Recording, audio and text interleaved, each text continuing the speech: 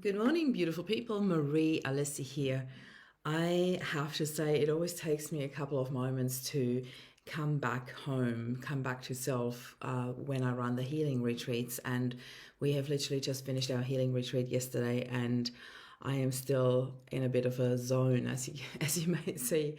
My heart is overflowing with so much gratitude and love, and I always feel very, very humbled when I watch the transformation of my clients who come along. And I, yeah, I feel there is no coincidence that I am doing this very talk today and not last week. It was scheduled for last week, and then I had tonsillitis. So today marks 30 years that my dad passed away. And I thought, what a beautiful way to talk about escaping into happiness, because today is just such a milestone for me. My escape into happiness was actually something that I discovered twice. And about 10 days ago, I was invited to speak at a podcast, Steps into Sobriety, by Stephan Neff. And in this podcast, I had this most beautiful epiphany, and it happened at the very end.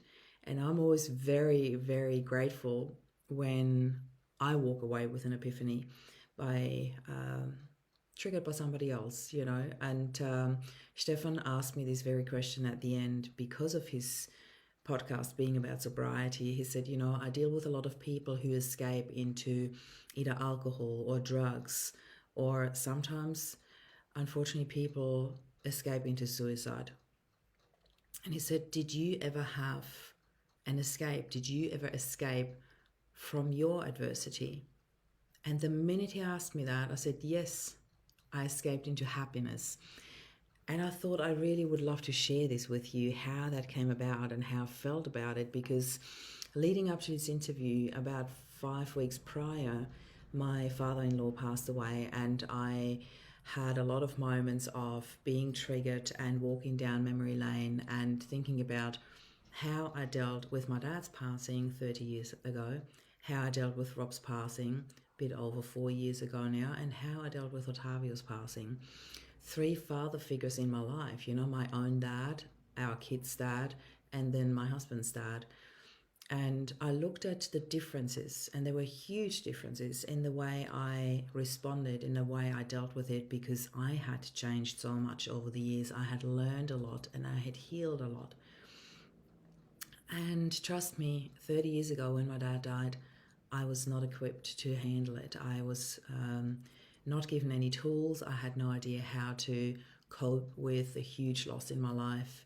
I was such a daddy's girl. I was so attached. I was really at a complete loss. I have no other words.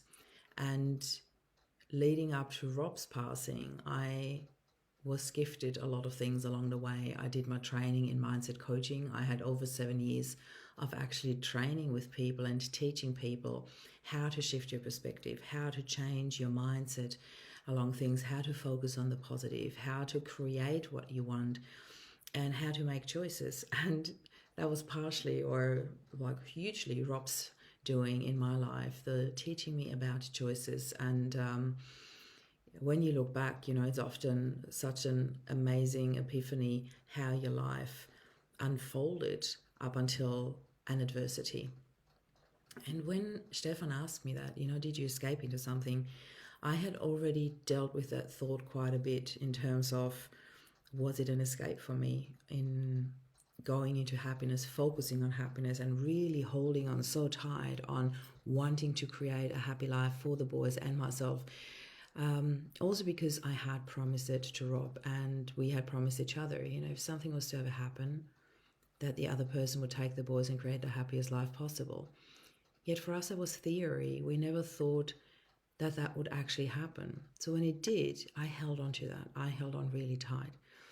Yet I never put all the puzzle pieces together, or I never put words to that until Stefan asked me that question, did you escape into something? And that's when it hit me. I was like, yes, I escaped into happiness. And I don't think that escape is always a negative thing. It's very often actually a positive thing. Again, it depends on your perspective. Escape has got, the word itself has got a rather negative touch, because that's the meaning that we have given it, because escape implies that you need to get away from something that is not comfortable or maybe even life-threatening. But the word, when you think about it, the actual act of escaping then becomes something positive, because you are getting away from something that is threatening you or not good for you.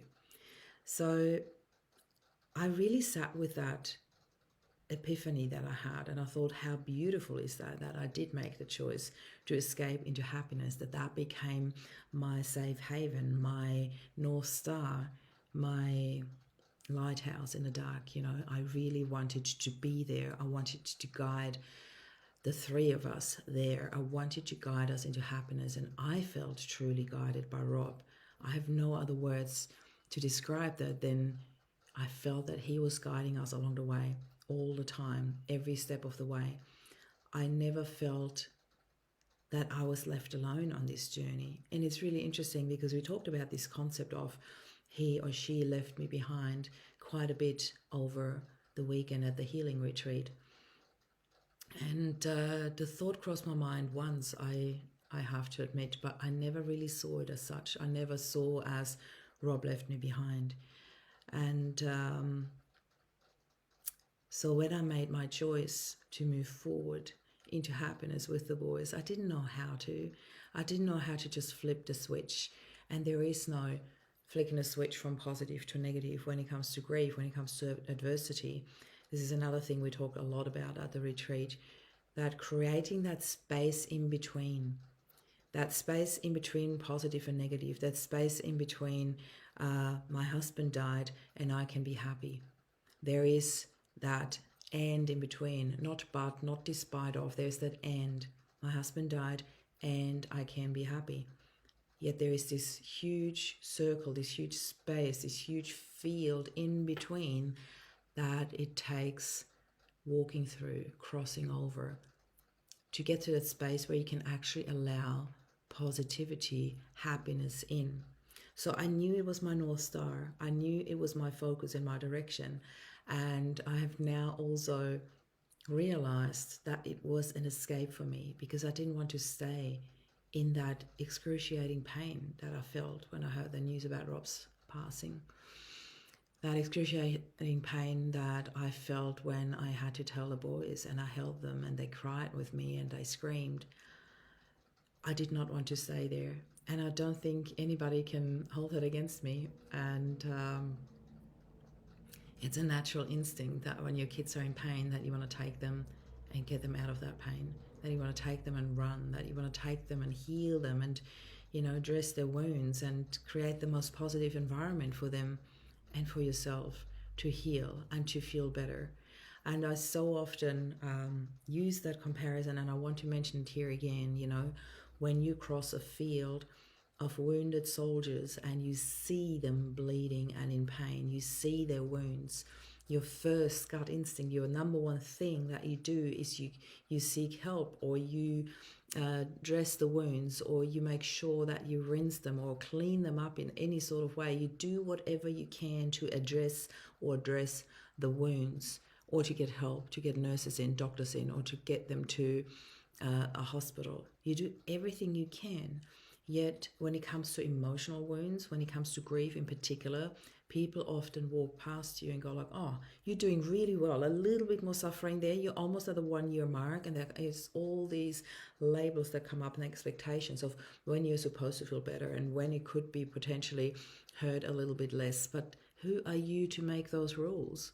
Who are we to make those rules?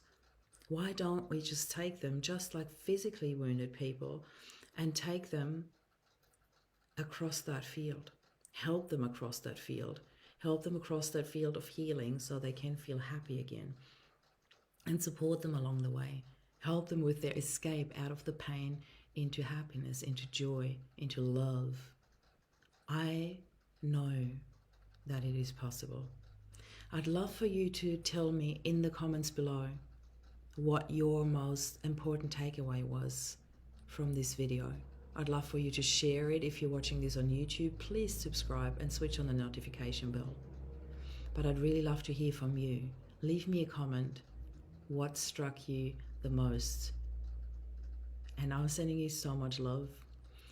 Thank you for being here today. This is Marie signing off. Bye for now.